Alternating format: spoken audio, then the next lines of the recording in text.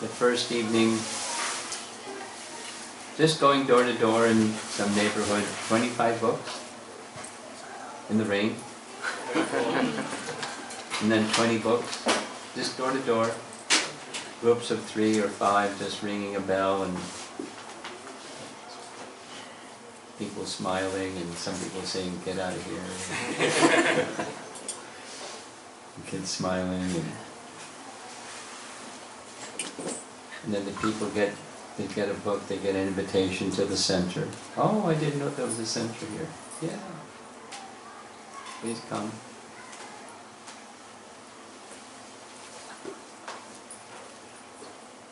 Okay.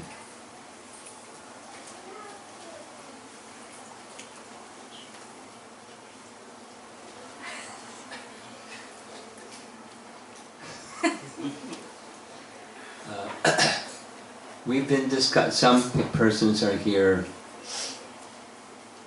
first time during this visit, and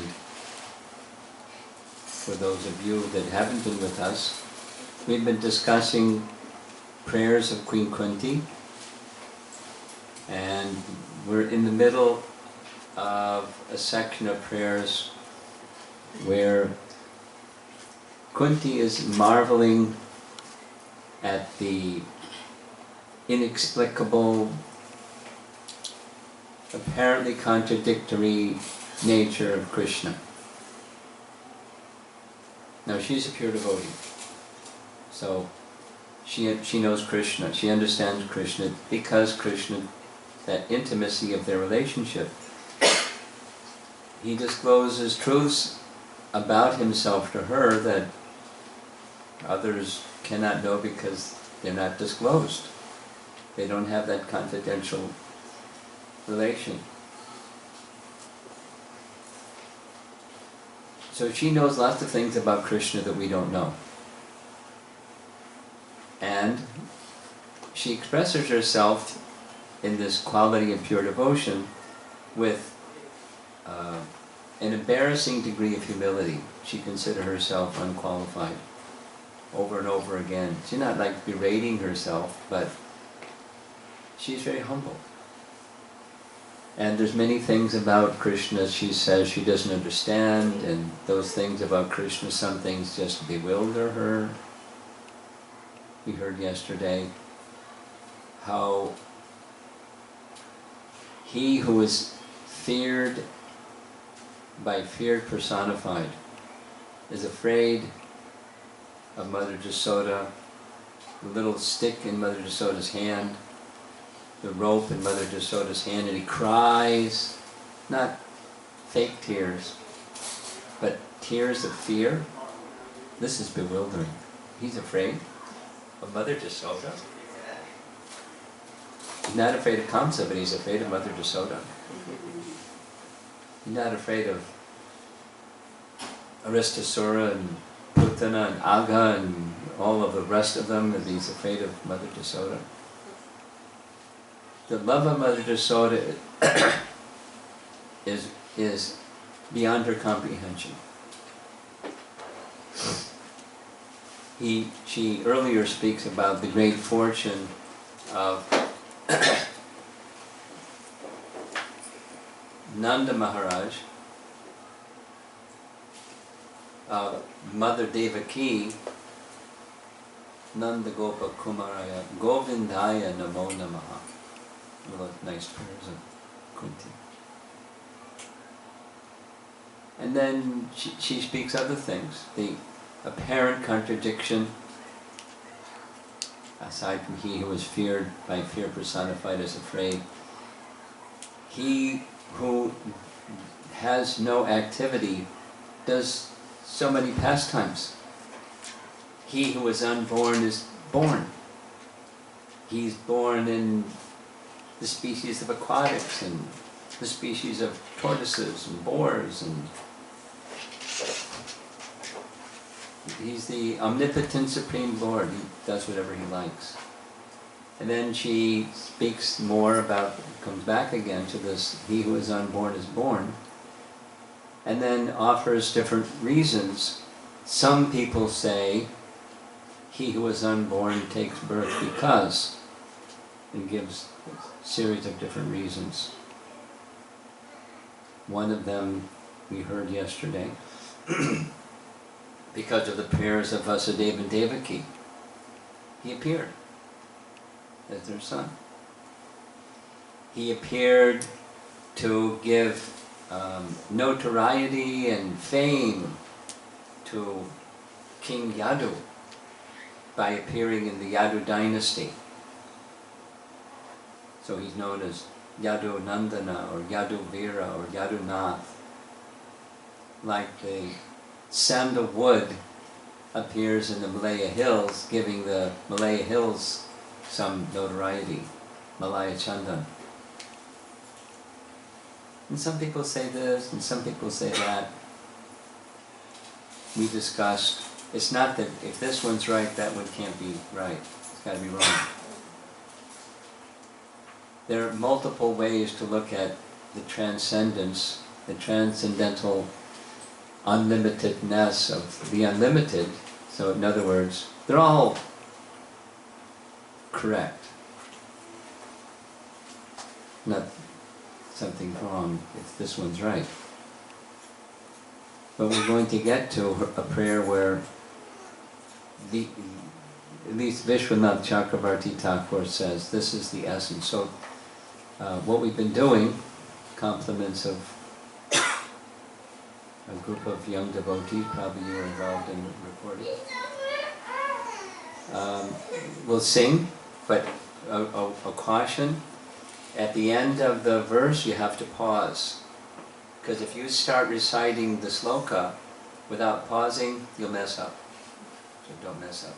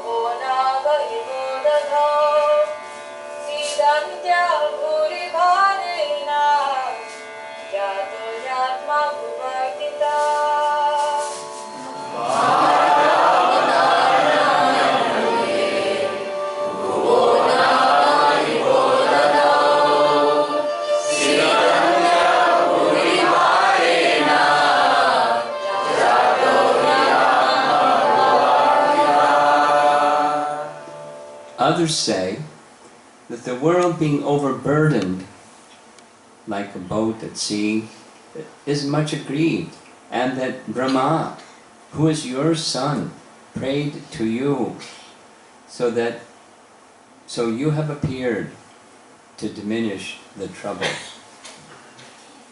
There's Lord Brahma, and Lord Brahma, mind you, is the son of, who was he born from? Which form of Vishnu? Garbhodakshai Vishnu. So Kunti is very well educated. She knows that Garbhodakshai Vishnu is Krishna's expansion. She's speaking to Krishna, saying Brahma is your son, knowing that Brahma is the son of Garbhodakshai Vishnu, who is Krishna's expansion. Prabhupada writes in his purport, Narayana, as Garbhodakshai Vishnu, without contact with Lakshmi, begot Brahma. So we heard this, I think in the morning class, maybe it was the evening class. In the process of creation, the universes are generated from the body of Mahavishnu. The universes are golden seeds. Those golden seeds enter into the Mahatattva. Mahatattva meaning the totality of the material energy, now in a differentiated state, and those elements, 24, begin to cling to the seed of the universe, and that helps to expand the universe. Then Garbhodakshaya Vishnu enters within each universe, and one universe worth of living entities, because there's unlimited universes, so one portion of the totality, the samasti of all living entities, enter with Garbhodakshaya Vishnu into the universe, and the time energy, we've been speaking, because it's in Kunti's prayers, we've been speaking about it. The time energy, Kala Shakti, is moving matter. And as Kala Shakti is moving matter, the karma of the living entities, which was asleep, suspended animation, dormant, like a seed might be dormant, but then the karma starts to awaken, and as the karma of the universe's worth of living entities starts to awaken, that karma manifests, collective karma of all living entities, that's a lot, manifests as this lotus stem, and atop the lotus stem is a lotus flower, and one of those living entities who is going to become Brahma appears on top of the lotus flower. So one of Brahma's names is Ajah, or he was unborn, that is, without the assistance of mother, the goddess of fortune, Lakshmi. There's another image. Garbhodakshaya Vishnu, the lotus from his navel, goddess of fortune serving at his feet, and Brahma appears. Another image, it's a standard image. That's a nice ISKCON painting, ISKCON art. Here's Lord Brahma coming to the ocean of milk, and in the middle of the ocean of milk is the Sweta Dweep, the white island, and there's Anantashesh, there's Garuda, there's the goddess of fortune, there's Mother Earth in the form of a cow, there's the various demigods headed by Lord Brahma, and they're offering prayers to the Lord of the universe. So Swetadweep, that's the place where Shirodakshayi Vishnu, that's the third Vishnu, we've mentioned now three. Mahavishnu generates the universes. Garbhodakshaya Vishnu enters within each universe, and Shirodakshayi Vishnu enters within every atom within the universe. There's a lot of atoms. But it's only one Shirodakshayi Vishnu.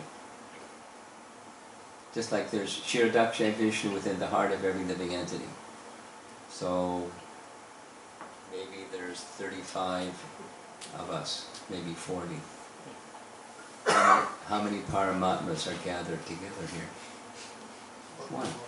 Same Paramatma manifested differently in the hearts of every living entity and within every atom. One Paramatma. And his abode, that part is mentioned in Bhagavad Gita, that's not destroyed when the universe is destroyed, that part remains. That's this Swetadweep. So that's where they went. The demigods offering their prayers to Lord Vishnu to appear. So because Brahma and the demigods and Mother Earth appealed, some people say that's why the unborn took birth.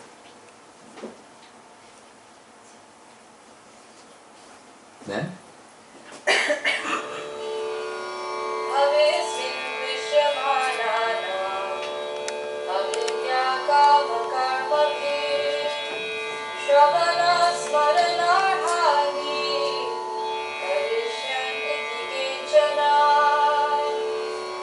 Okay.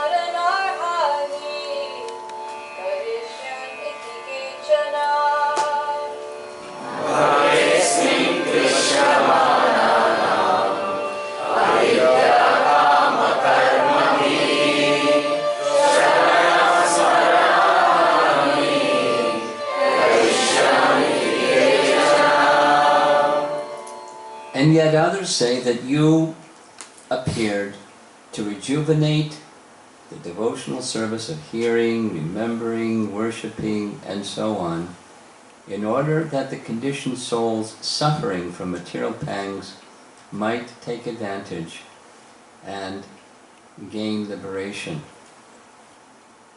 Nice painting of the Lord of Vaikuntha, Narayana, being worshipped in the spiritual realm. And so, others say, he appeared in this world to revive the process of bhakti. Shravana, Smarana, Arhani, hearing, remembering, worshipping, and so on. For belief of the material existence returning to the spiritual realm.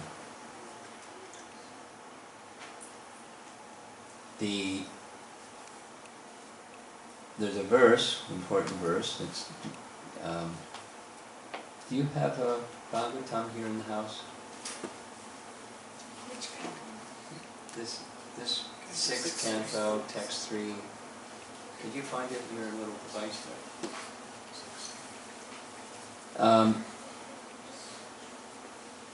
This phrase, Prabhupada liked to quote, Dharmam Sakshat Bhagavat Pranitam. No, I think what we want is the purport for this one. 1.8.35. I'm sorry, 1.8.35. This is a phrase spoken by Yamaraj. And the circumstance is the Yamadutas, those fellows down there, they were checked from taking what was the person they checked? Ajamila? Huh? So when Ajamila called out Narayana, although he had been so sinful, the Yamadutas came and the Vishnudutas stopped them, so they went back to Yamaraj and said, "Que paso? What's going on here?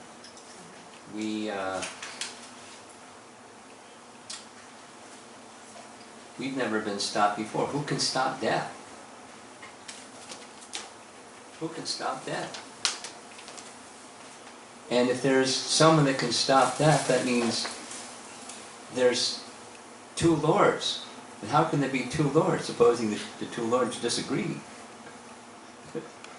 What's going to happen in that case? There's got to be one. So are you supreme or you're not supreme, or what's going on? Please enlighten us. And in the context of his response, Yamaraj speaks this verse, Dharmam tu sakshat bhagavat pranitam, often quoted by Srila Prabhupada, that the principles of dharma are established by Bhagavan. Sakshat bhagavat pranitam.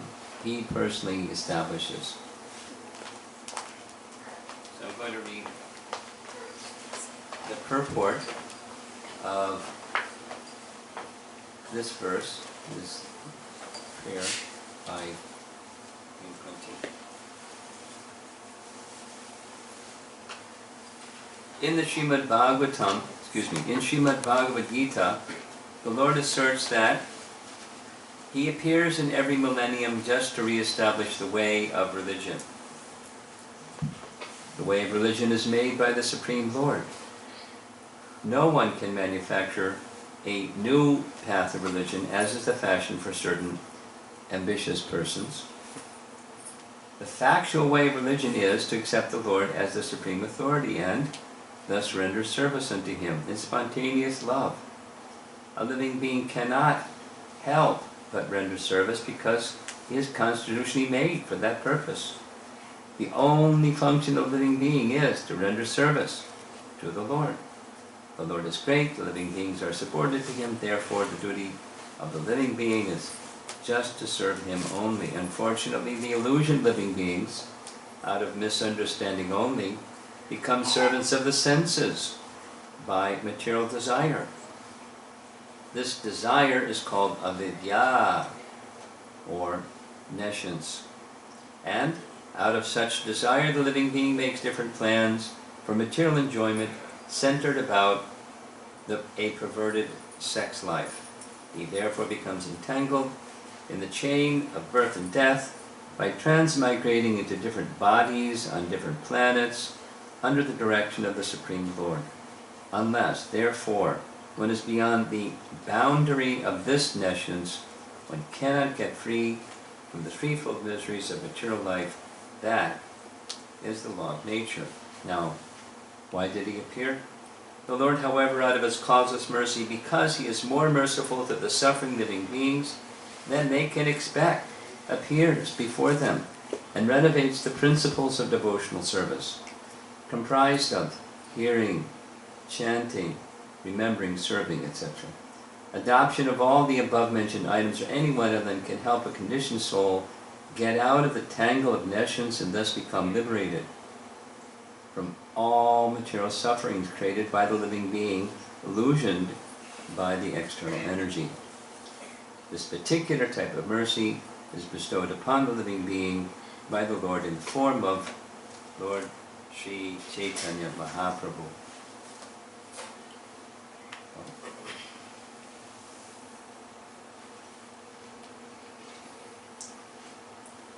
This is from the purport. The Lord, out of his causeless mercy, because he is more merciful to the suffering living beings than they can expect, appears before them. So here's the 9 processors mentioned. I'm not going to go over that. Here's Vishwanath. I like his commentary here. This is the real reason for the Lord's appearance. First, there is ignorance. That's the ostrich guy. Ignorance. Then desire, kama. Ignorant results in ignorant desire. And then action. Action in ignorance. You come to engage those suffering due to actions arising from material desires, which are due to ignorance, in actions for attaining prema. The destruction of suffering is incidental because, as it is said in the next verse, the result of hearing about the Lord is seeing the lotus feet of the Lord. By seeing the Lord, one attains prema. And Prabhupada's emphasis on Chaitanya Mahaprabhu being the most munificent manifester of devotional service and its mature stage, Krishna Prema. So I'll go through that again. It's worth going through it many times.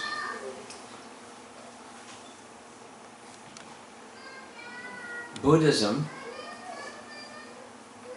which is becoming very popular, says the root cause of suffering is desire.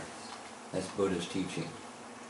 Solution: become free from desire. There's a discipline, mode of goodness disciplines, and the process of meditation.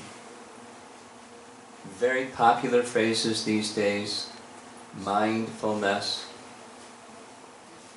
or be in the moment. It's all over the place. And what's the goal of mindfulness and being in the moment? Answer: to get on the other side of the moment. And what's on the other side of the moment? Enlightenment, nirvana. Nothing. Nothingness. That's the goal.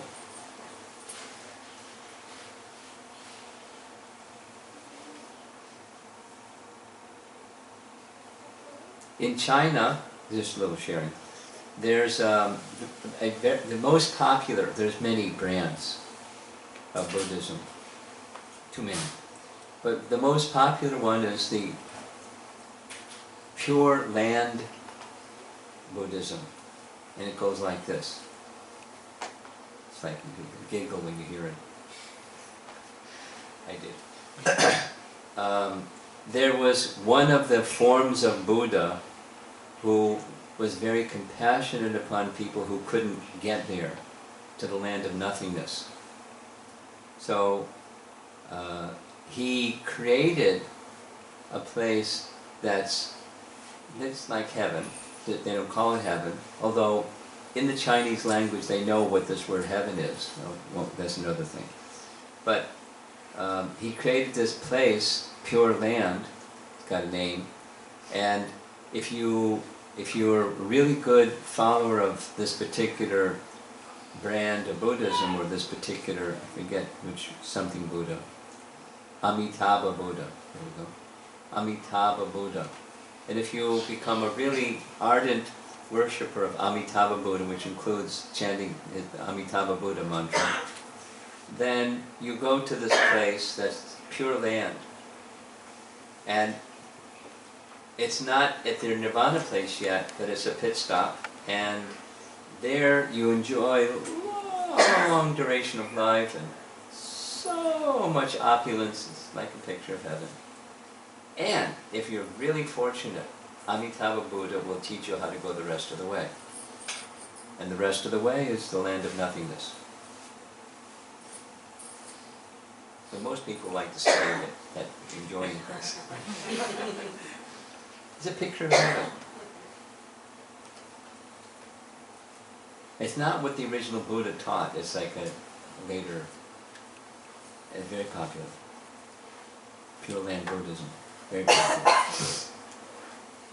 But principles of good, how to lead a good life without, they don't use the Vedic nomenclature because he rejected the Vedas, but a life of goodness. So, back again.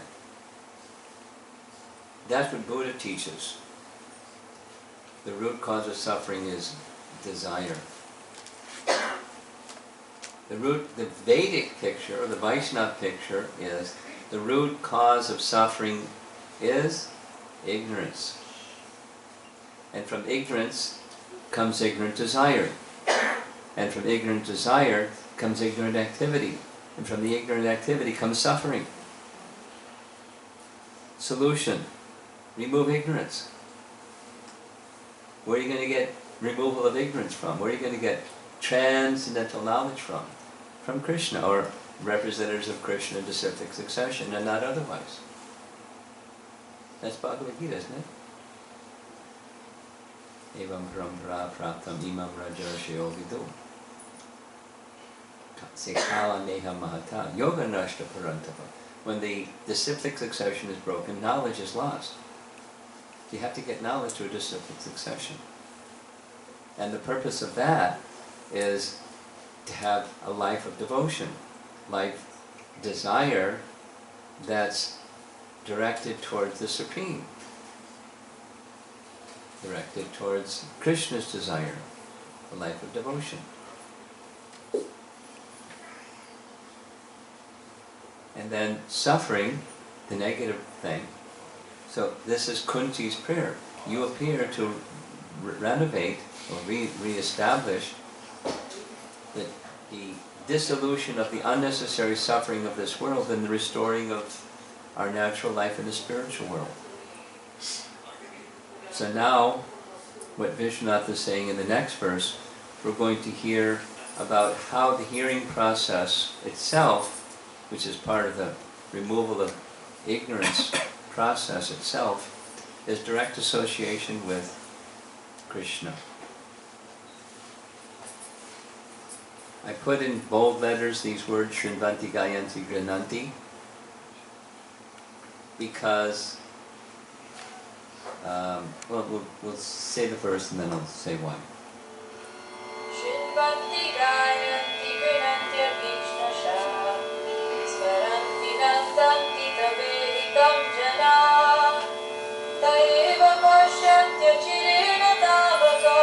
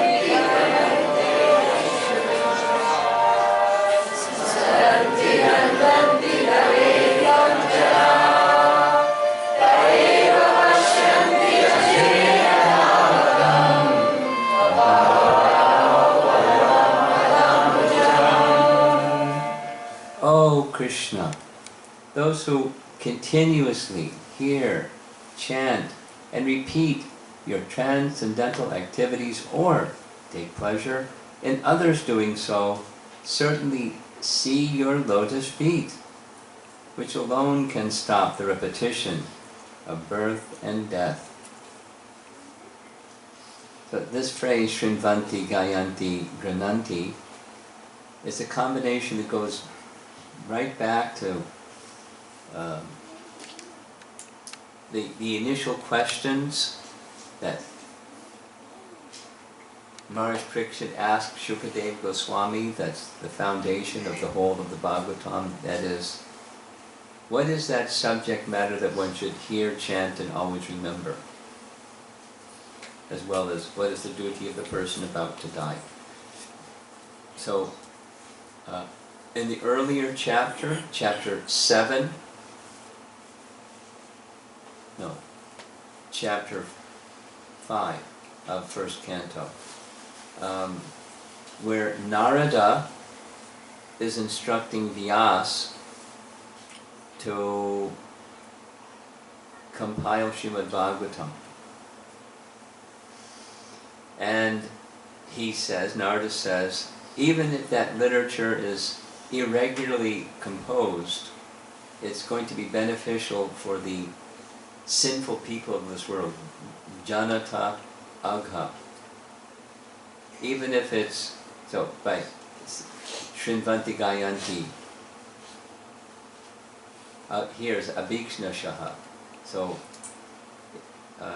these are subject matters. To compose such a literature that's simply about the personality of Godhead, and by so doing, one can achieve spiritual perfection. So she's the same phrase is being repeated and repeated and repeated, so that when things are repeated, there's a purpose, and that is, it takes on a special significance or meaning, a deeper meaning than otherwise. This Grananti, Shrinvanti, Gayanti, hearing and vibrating, and then Grananti means it becomes part of your life, it goes in. It's what you carry in your heart. It's how you live your life. These wonderful glorifications. And by that process, the repetition of birth and death, that's the negative, the liberation part, because that was, some people say you came to give this. The liberation part is actually secondary. Restoring our eternal life in relation to Krishna, that's primary.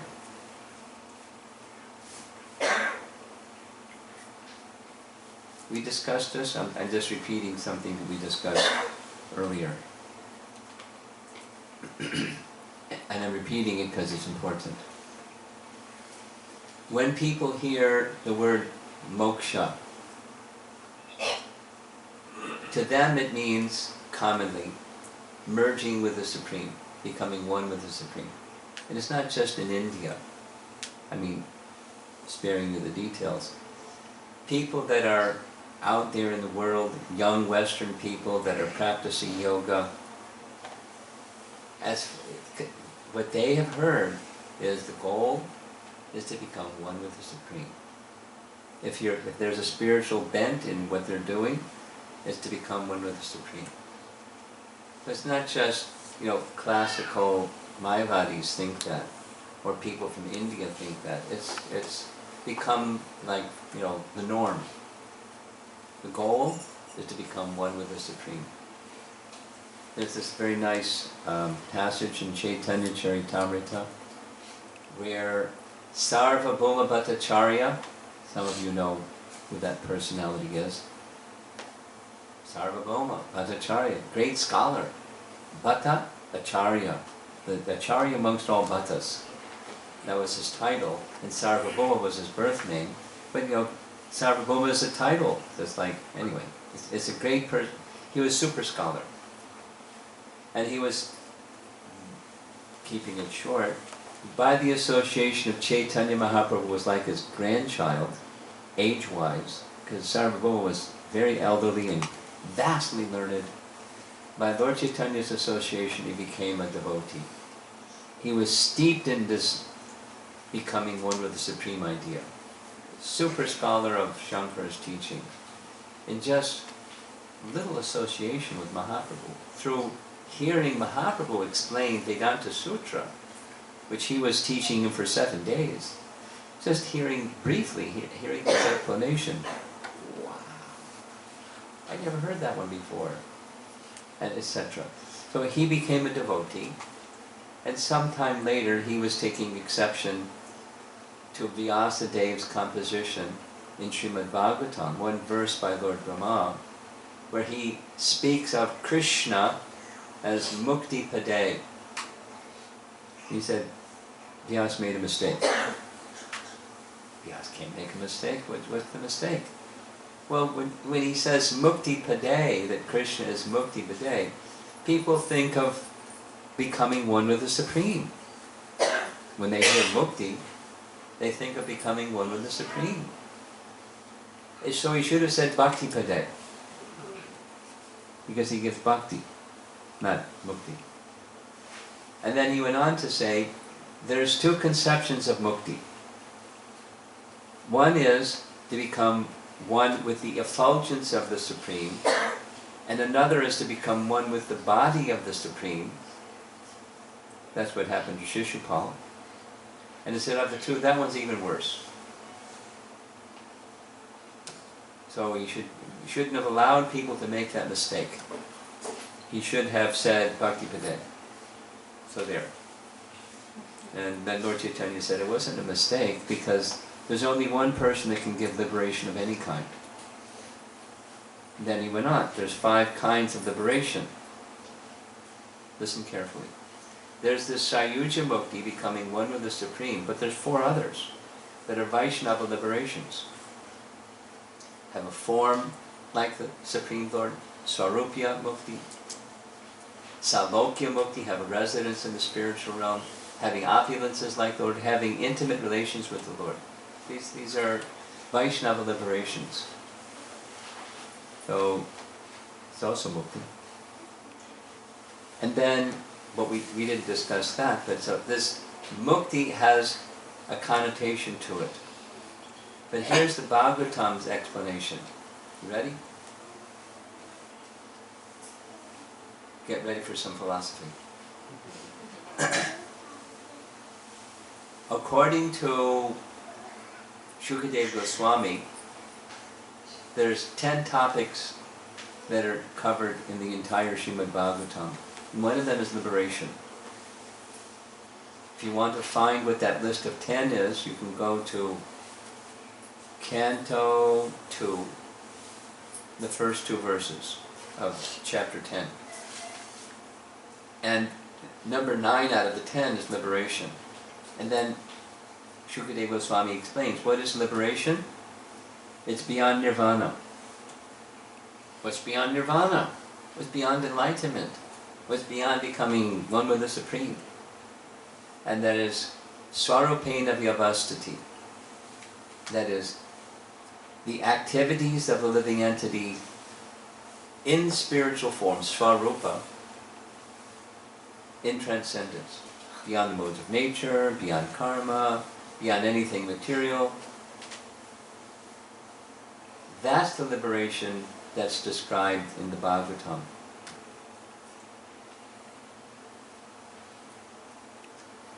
And how to get there? Here.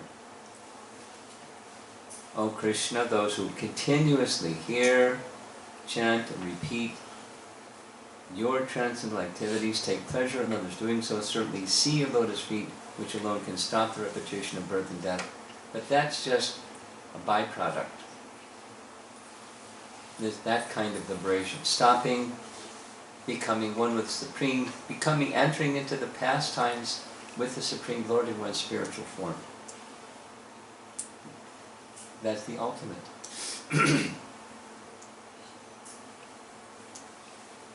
There's this same phrase, Canto 1, Chapter 5.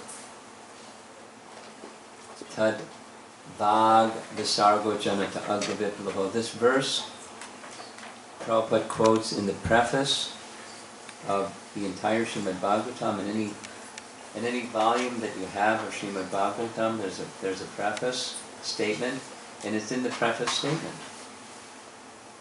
Shrivanti Gayanti Gananti Sadhavaha. Prabhupada's purport. Ravana, Hiranyakashipu, Kamsa, Jarasandha, and Shishupal were highly qualified personalities by acquisition of material assets, but they were unable to appreciate the presence of the Lord.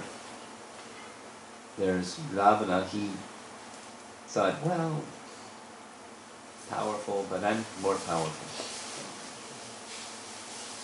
And Hiranyakashipu, this is described in Chaitanya Charitamrita.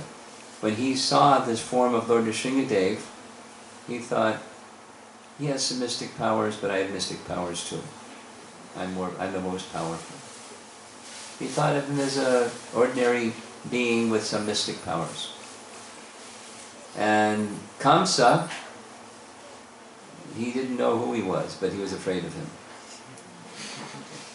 And Jarasandha, we know the story when Krishna went in disguise with Arjuna and Bhima in order to take some charity from Jarasandha. He was known, one of his characteristics or notable qualities was he was always very charitable to Brahmanas. He was a demon. He was an asura. He was a bad guy. But he followed that Vedic principle. Why? It would get him merit, and that merit then he would use to become more powerful. Duskriti. Kriti to become a duskriti. So they went in disguise as Brahmanas. And Jarasandha looked at them, and here are these men with massive shoulders and powerful arms, and whoever saw a Brahmana like that. But anyway, they come into disguise as a Brahmana, and so I'll honor them as a Brahmana. What would you like? They said, we like battle. Oh. Now I understand who you three are. But Krishna, you're a coward. And Arjuna, you're a weakling. But this other big one, he's good. He's a good naturally. It's a big battle, and guess who won? And Shishupal, he was a relative of Krishna. The description goes, he took his birth shortly after Krishna took his birth. So naturally, when Shishupal was born and the relatives came to where Shishupal was born, they were paying their respects to the family and the newborn child, and someone just happened to mention, oh, and by the way, did you hear that Nanda and Yasoda, they also had a small child, and the child's name was Krishna. So just hearing the sound of Krishna's name, little baby Shishupal started to scream. Not cry. Scream. You know the difference, those of you that are parents. And those that are sannyasis, they know the difference too. And he didn't stop screaming.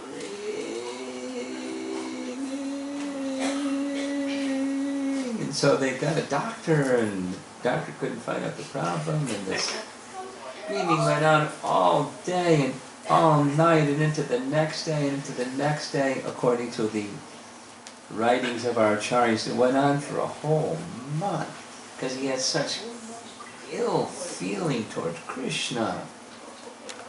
Just hearing his name, really deep animosity. And he lived with that animosity. his whole life. Well, he got purified. Because of that because of offense towards the Supreme Lord, or the Lord's devotee, then anarthas appear in the heart, and anarthas block one's ability to see things. You can't see Krishna properly. They may have material qualifications, but anarthas in the heart, everything becomes blocked and destroyed. However, when the hearing process is perfect and complete, the other processes become automatically perfect in their own way. Just Saturday. Saturday is Nirjala Ekadasi, right? And Saturday in Potomac, during Nirjala Ekadasi, they're having a 64 round day. How do I know that? Because I was asked to write something that Deva Prasta, who's conducting the event, can read out. So I spoke just about the hearing process, because the real essence is not chanting, it's hearing. Because what's chanting when you're not hearing? It's inattentive. You know, the mouth is going and the mind is somewhere else. You know that one? Distracted chanting. And so, how to bring the mind under control? By hearing. Not just by chanting. You have to hear. And when the hearing process is perfect, all other processes automatically become perfect. The mind, which is so powerful, is subordinated by the hearing process. So if your mind gets distracted, you know, sometimes it gets distracted. Sometimes it gets complacent. Sometimes some things. Sometimes it's turbulent. Chanchala. Chanchala Himana Krishna. Bhagavat. Very difficult to control. The ear is stronger than the mind. We're going to hear some more about this during the Festival of the Holy Name. One should not consider that Krishna's dealings with the Pandavas is less important than his dealings with the gopis. One of the themes that Prabhupada will repeat over and over. Now the pastimes with the gopis are lauded and praised and revered particularly amongst the Gaudiya Vaishnavas. But here's one Acharya in the Gaudiya Vaishnavas saying, don't think that pastimes with the Pandavas, or his dealings and exchanges, is dealings of love. And that love is pure, reciprocally. So one should be as eager to hear the pastimes with the Pandavas as with the residents of Vrindavan. Otherwise we won't understand the pastimes of Vrindavan properly. We'll misunderstand them. Here's Vishwanath. Persons who constantly hear, sing, speak, remember, and sing to others about your activities, they alone, without delay, are able to, underline, see your lotus feet. You see through your ears. Sounds funny. When you see, Prabhupada said this about the process of bhakti. Before you see Krishna, you will hear Krishna. And Krishna will say, I am like this. You'll be able to see your lotus feet which destroy the influence of material existence. Vishwanath. This verse shows the actual reason for the Lord's appearance, same as the previous one, previous prayer of Kunti. They, and not others, see for certain. It is not that they do not see, they see without delay, achirena. Not after a long time, your lotus feet not the lotus feet of one of your expansions. Those lotus feet destroy the influence of material existence rather than prolong material existence. Your form is not without qualities. In order to appreciate the beauty of the Lord, His 6 aspects need to be seen. Strong emphasis on hearing. So, what we're doing during this visit of hearing Kunti's prayers, she's a pure devotee and she's doing what this verse says, enables one to see Krishna's lotus feet. So we have to hear in order to see. Nice little story about, I've told this many times, Los Angeles. Prabhupada, I wasn't there, but somebody was in the room. Prabhupada had come from India through other places and reached the temple. It's a long story, but because of the hour of the evening, I won't go through the long story. Hundreds of devotees, because it was before TSA, they went to greet Prabhupada at the gate. And big kirtan, big celebration. Right in the airport, flowers and conch shells and so many mridangas. And then Prabhupada came to the temple, greeting the deities, Rukmini Dwarkadish, sat under the asasan, same place where it is now. And greeting, arrival lecture, then he went to his quarters. Has anybody been to Los Angeles and seen Prabhupada's quarters? Do you know, making a visual in your picture, in your mind? When you look at the altar in Los Angeles, the entrance to Prabhupada's quarters is just to the right of the altar. As you're looking at the altar, to the right, or the side where Jagannath is, over on our right side. And then a little winding stairway, and just kind of, not above the deities, but over to that side of the building it's a small space. It's maybe this size, a little smaller. You know, so there were a lot of devotees packed in that little space. In Los Angeles, it was hot. And eager to, hear whatever Prabhupada was going to say, hanging on every word. And so, big smile, he said, I know that you always like to hear about my activities. I know that you do this. Prabhupada is now in Delhi, and he met with these people and spoke to those people and did a Pandal program, and then you hear about all those things, and then he went to Japan, and then in Japan he did this and spoke here and there and met with these people, and then he went to Hong Kong, and then went through the whole thing. Then he went to Australia, New Zealand, Hawaii, and now he's arrived in Los Angeles. But I want you to know, I am always with Krishna.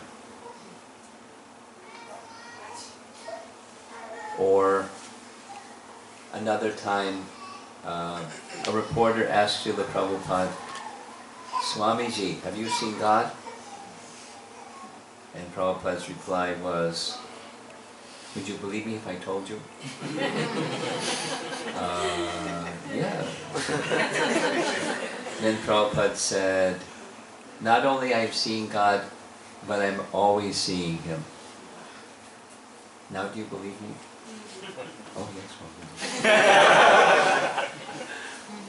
And although he was living in the world and doing things of the world, his consciousness was always with Krishna. And here's a little new vocabulary word for some of you.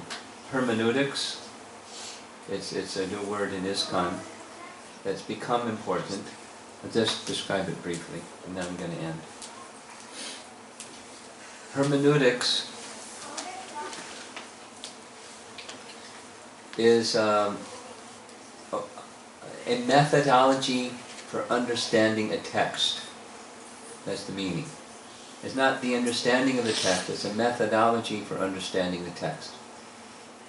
In the Western world, it's often used to describe how to, not what the meaning of a passage from the Bible is, but what's the methodology for understanding of something?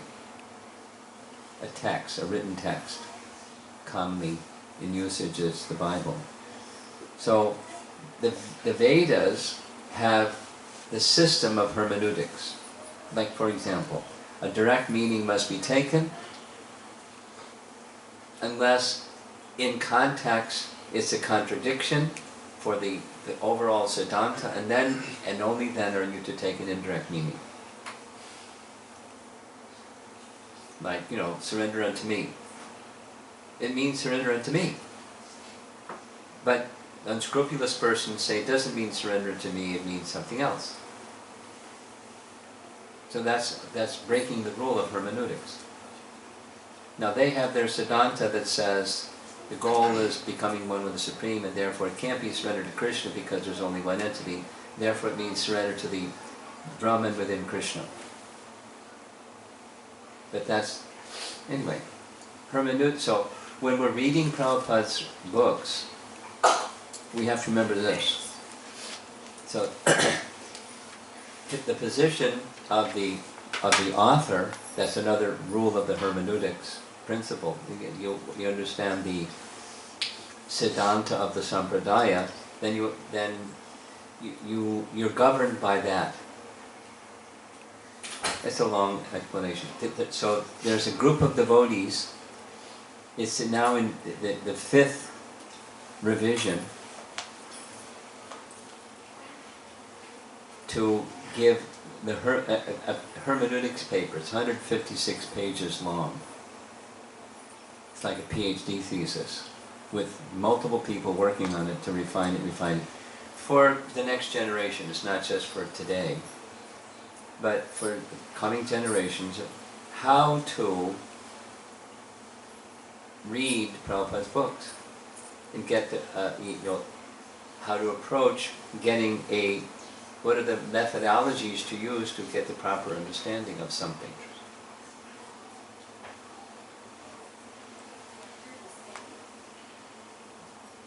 And once that paper is done, they'll probably go back and take a look at some philosophical questions on Guru Tattva, the origin of the Jiva, Varna Ashram, and things that different people have different ideas about out there.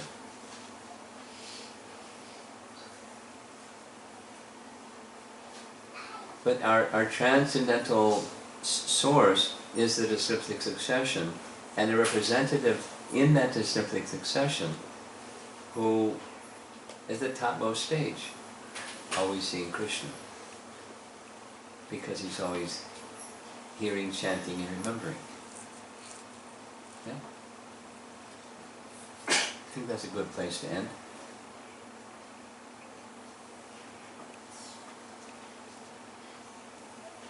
You need a bigger space. Break out a wall or something. Maybe have a balcony row or something. You can't see over there. Can you hear over there? Is there a speaker? Oh, yes, look at that. Good planning. Okay. Any discussion?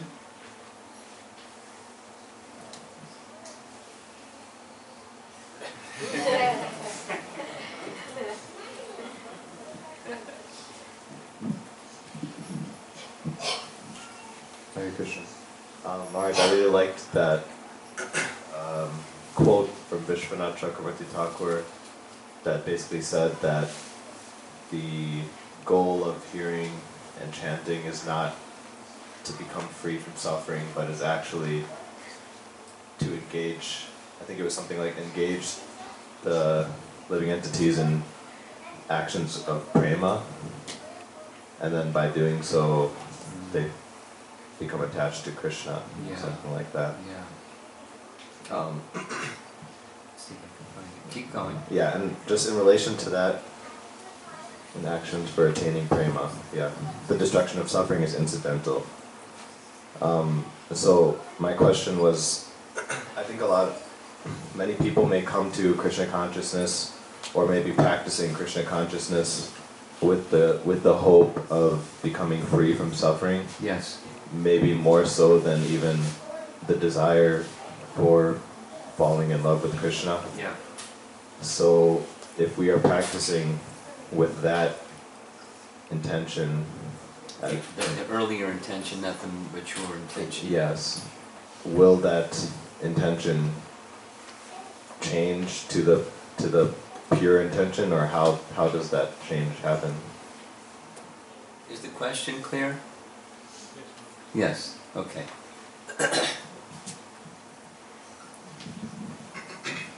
It's not that our process is not mechanical.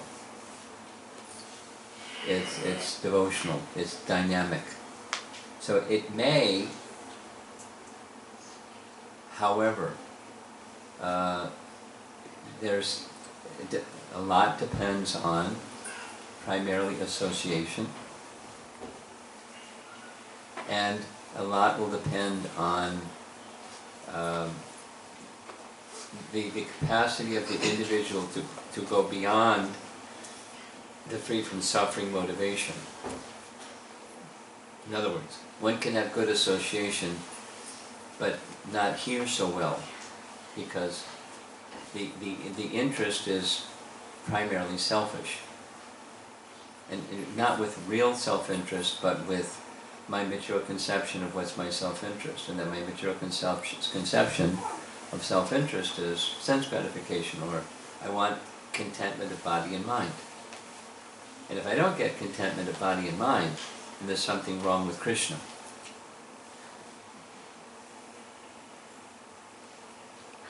And if I get contentment of body and mind, that's sufficient.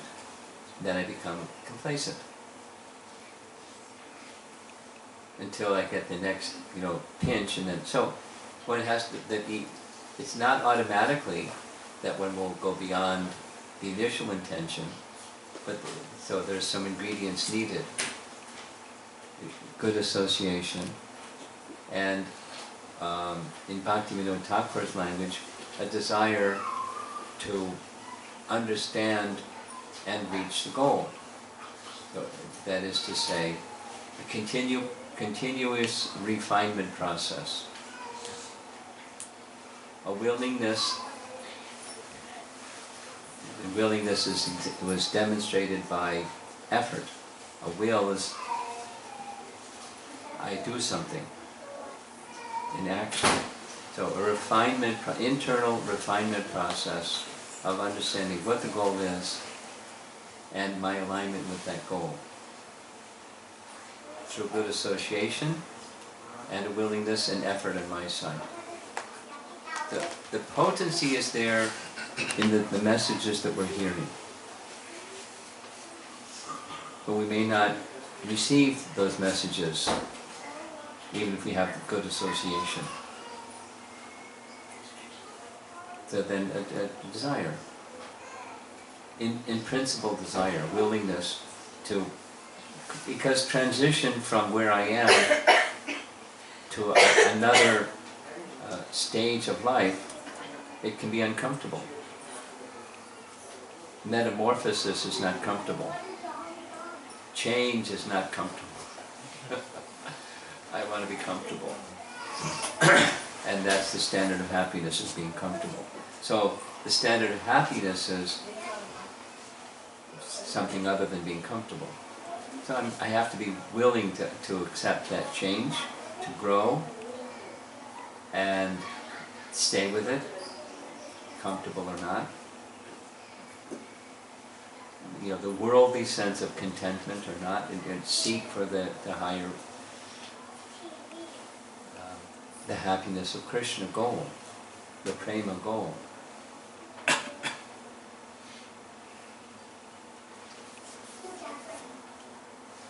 In Rupa Goswami's language, it's sincerity or eagerness.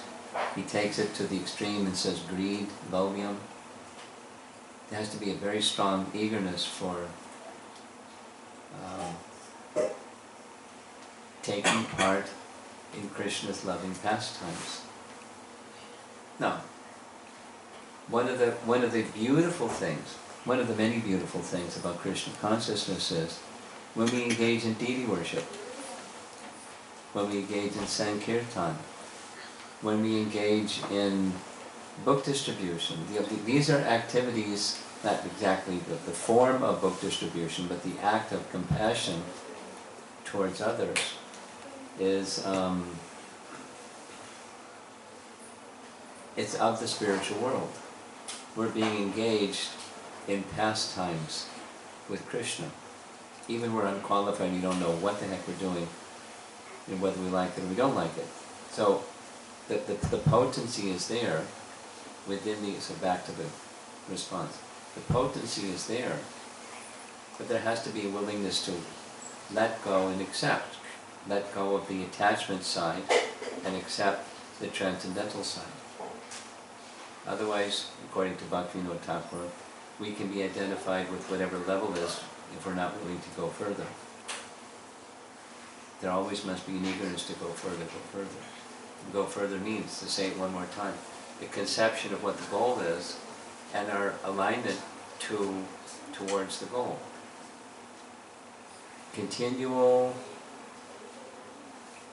realignment and refinement process internally. That takes work. Amazing people don't like work. They like being comfortable. And so they won't get the full benefit. It's not for certain.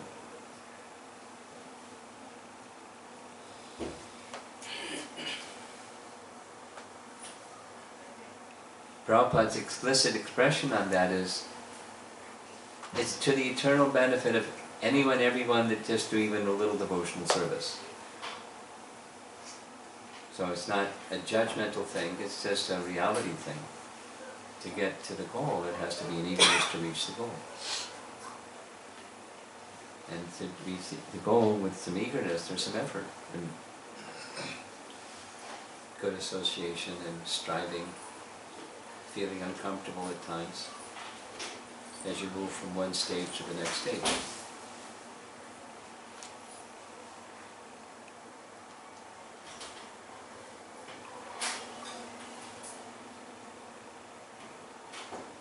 A real common one, I just go off a little bit, a real common one, every one of us, without exception, before we were practicing Krishna consciousness, we were practicing something.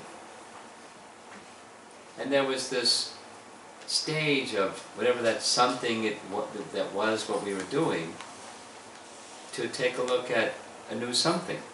Not necessarily in spirit as something new, but in form at least something new. And we had to take a look at, that dynamic. And the people who we were doing that previous something with, and how are they going to accept it, and the whole thing. So there was some whatever, adjusting, turmoil, seeking clarity, praying, readjusting the expectations of ourselves towards our relations with others, and so all kinds of things. And it goes on. It goes on in the whole process of bhakti. If we're going to, not be lazy and achieve the destruction of suffering is incidental because it is said in the next verse that the result of hearing about the Lord is seeing the lotus feet of the Lord. By seeing the Lord, one attains prema. So, kind of over-answered the question. Anything else?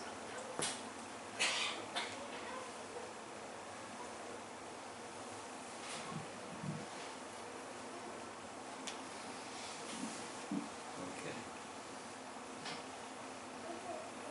Srila Prabhupada Ki Jai.